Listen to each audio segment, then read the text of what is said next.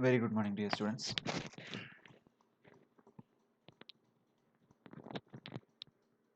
So, in today's class, we are going to introduce the air conditioning, what is the meaning of air conditioning, and the basics of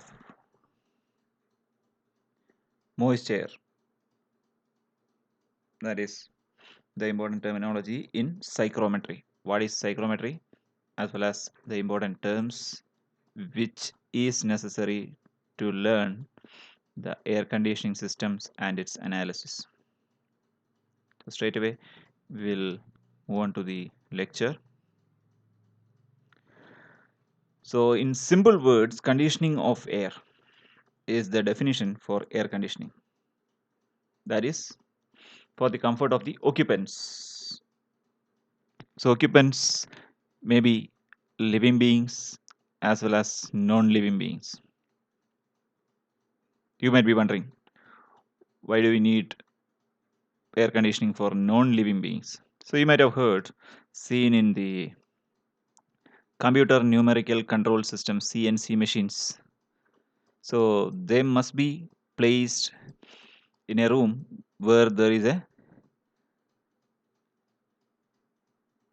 controlled temperature and humidity. Otherwise, the precise machine components may not work properly. Similarly, air conditioning is necessary for most of the items related to food, medicines, as well as even some animals require air conditioning. Especially in cold countries. So please understand that air conditioning does not mean always making the atmosphere cool. In cold countries, it is heating because outside temperature is pretty low, that is very cold. So we have to make a comfort environment. So that's what I'm going to say.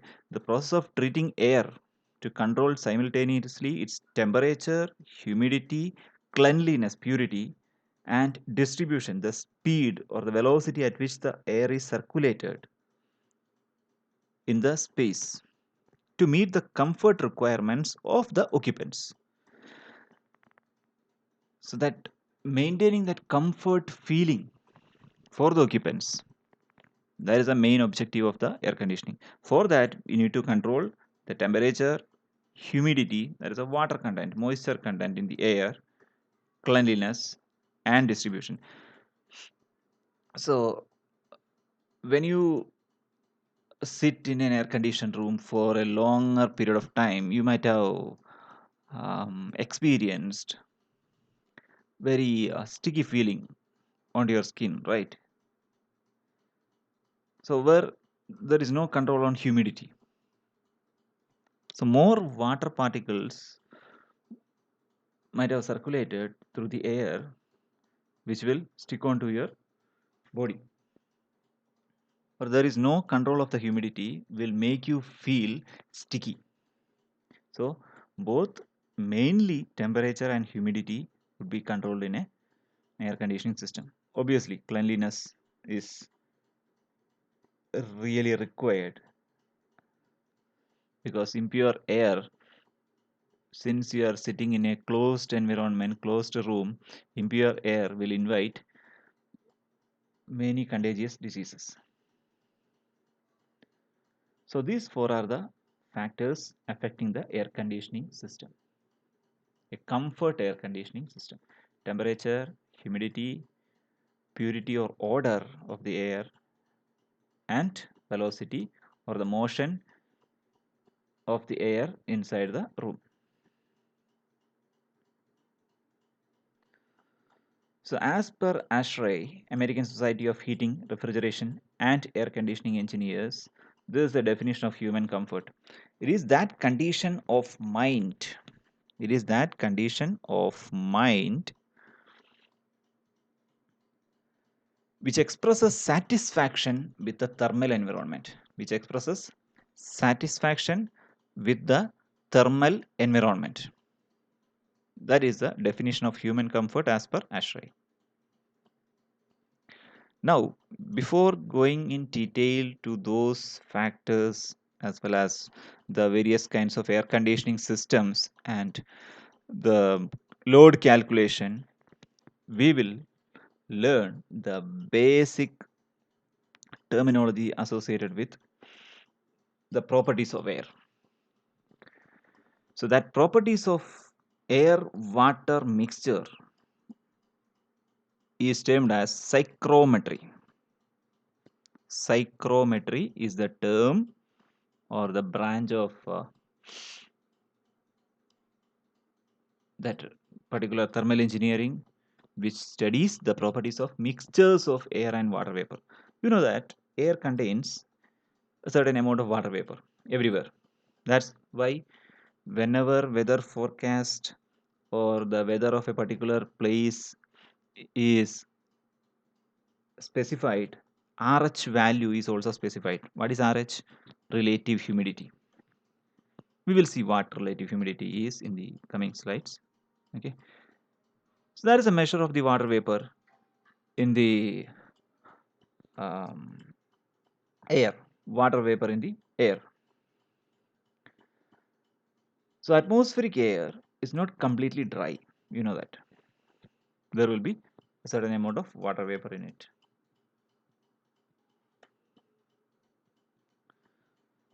So depending on the content of water vapor in air, we can classify air like dry air, moist air, saturated air. So dry air, mixture of number of gases. So we can say that the amount of water vapor is nil, almost zero, almost zero. Moist air is a mixture of dry air and enough water vapor in it. Saturated air, there is a condition of air, there is a kind of air in which the air cannot accommodate any extra amount of water vapor. It is saturated. The air is saturated. That means no more water content, water vapor can be absorbed by the air to it. It cannot get moistened than that particular condition. That air is called saturated air.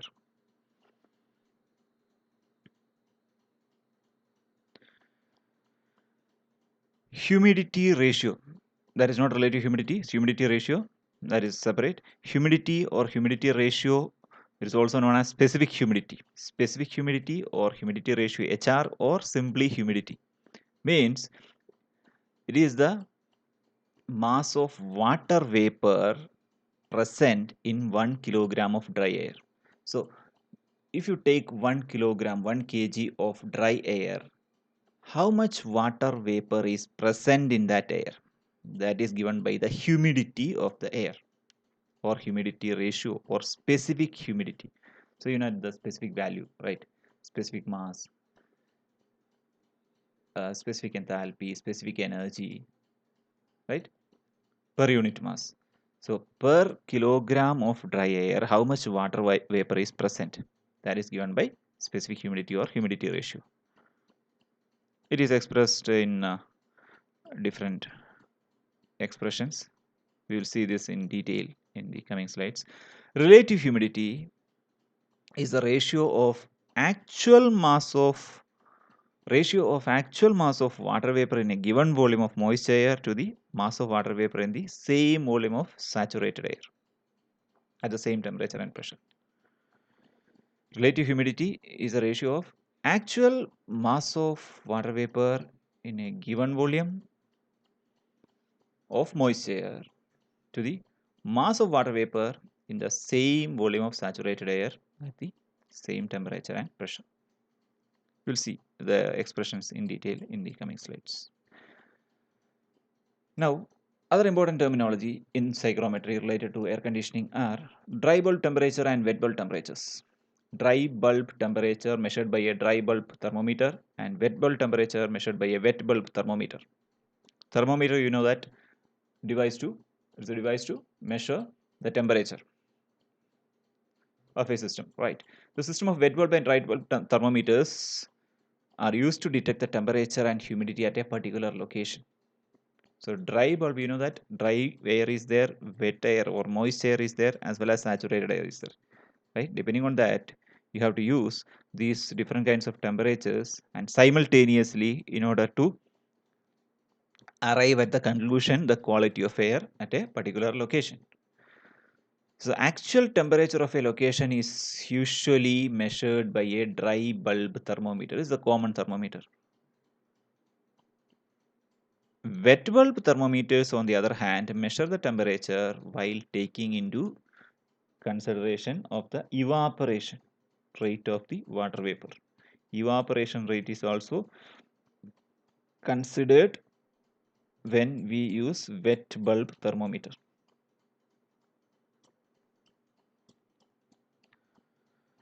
Now, what is dry bulb temperature, wet bulb temperature, and dew point temperature? Some of you might have heard all these terms: dew point temperature, wet bulb, dry bulb temperature, right? So let us see what these are. So dry bulb temperature is the temperature of air recorded by a thermometer when it is not affected by the moisture present in the air. So the thermometer is not considering any moisture content, or the thermometer bulb is not affected by the moisture content in the surrounding air. But wet bulb temperature considers the moisture content. So experimentally, a wet bulb thermometer or the measurement of wet bulb temperature is done by covering the bulb of a dry bulb temperature using a cotton wet wick. So wet bulb temperature is the lowest temperature that can be reached by evaporating water into the air. Evaporating water into the air, we can reduce the temperature, right? It is the working principle of evaporative cooling, especially in a cooler air coolers. So water will be sprayed into the incoming air so that the air will get cooled. The lowest temperature that can be reached by evaporating water into the air. Now the third temperature is dew point temperature. There is a temperature at which condensation begins. What is condensation? Changing of phase from vapor to liquid. Changing of phase from vapor to liquid is the dew point temperature. So the temperature at which that condensation, that phase change begins when the air is cooled at constant pressure. So when the air is cooled by water vapor, the condensation begins. That particular temperature is called dew point. Or in other words, dew point temperature, it is denoted by T subscript dP. Is the dP stands for dew point. T stands for temperature. Is the saturation temperature of water corresponding to the vapor pressure. Corresponding to the vapor pressure. So vapor pressure is also already explained in thermodynamics session. If you have any doubts, you may refer to that video. So it's a simple arrangement, as I mentioned earlier, to measure the wet bulb temperature. The ordinary thermometer is covered, the bulb of the thermometer is covered by a wick and air is allowed to flow, and the temperature measured by this thermometer will be wet bulb temperature. Now the psychrometric relations, so the simplified form of relations are given here. The humidity ratio, specific humidity, or humidity, symbol humidity, is denoted by, always denoted by W, small w. It's not, yeah, anyway, it is correct. W is used to denote the humidity or humidity ratio or specific humidity. It is given by 0.622 PV by PT minus PV. PV is the vapor pressure of the water vapor present, and PT is the total pressure, and PV is the pressure of the vapor. Okay, so PT minus PV by PT minus PV multiplied with 0.622. This is the expression to find out the humidity at a particular location. If you have the values of pressures of water and air, B stands for water vapor, and A stands for air. Now, relative humidity RH is denoted by phi. It is a mass of water vapor, ratio of mass of water vapor to the mass of water vapor in the same volume of saturated air. S stands for saturated air, V stands for vapor, MV by MS, or PV by PS is equivalent equation. Now, knowing all these details like dry bulb temperature, wet bulb temperatures, dew point temperature, relative humidity, specific humidity, we can plot the relation among these parameters on a plane termed as psychrometric chart. It is a graphical representation of thermodynamic properties of moisture. Simply, if you plot any process or a cycle on a PV or TS or pH diagram, that is all for air or phase change process, right? So, psychrometric chart is a graphical representation of the thermodynamic properties of moisture, only for moisture, and it is plotted at a particular pressure. It is valid only for a particular pressure. When the pressure changes, you may have to plot a different psychrometric chart. So usually the psychrometric chart, standard psychrometric chart, is plotted for 1 atmospheric pressure. So standard psychrometric charts are bounded by the dry bulb temperature line abscissa. On the x-axis, you have dry bulb temperature, vapor pressure or humidity ratio in the y-axis. X-axis will be having the dry bulb temperature dBT, and the y-axis is having the humidity ratio HR or vapor pressure. Both will be there on either sides as vertical lines. So left hand side of the psychrometric chart is bounded by the saturation line. So left hand side will be bounded by saturation line. I will show you the psychrometric chart. So standard barometric pressure, as I mentioned, it is readily available for standard barometric pressure 101.325 kilopascal at sea level, and for normal temperatures of 0 to 50 degrees Celsius. So here you can see on the x-axis you have the dry bulb temperature, and on the y-axis you have specific humidity or humidity ratio, or simply humidity omega or W, as well as the water vapor pressure. Both will be there at different scales. Both will be mentioned. Two ordinates will be there. And on the left hand side of the psychrometric chart is bounded by the saturation line. This is a saturation line. Beyond that, the property does not exist. This is the what is that temperature? Dew point temperature. Yeah, the saturated air, not dew point temperature. Saturated air. The air cannot withstand more than this water content. So beyond this, the chart does not exist. It is not a rectangular plot. It is a plot like this, and this left hand side is bounded by the saturation line at dew point temperature. So you can have different lines. Again, inside the psychrometric chart, you have different lines for relative humidity, moisture content, volume, wet bulb temperature line, dew point temperature line.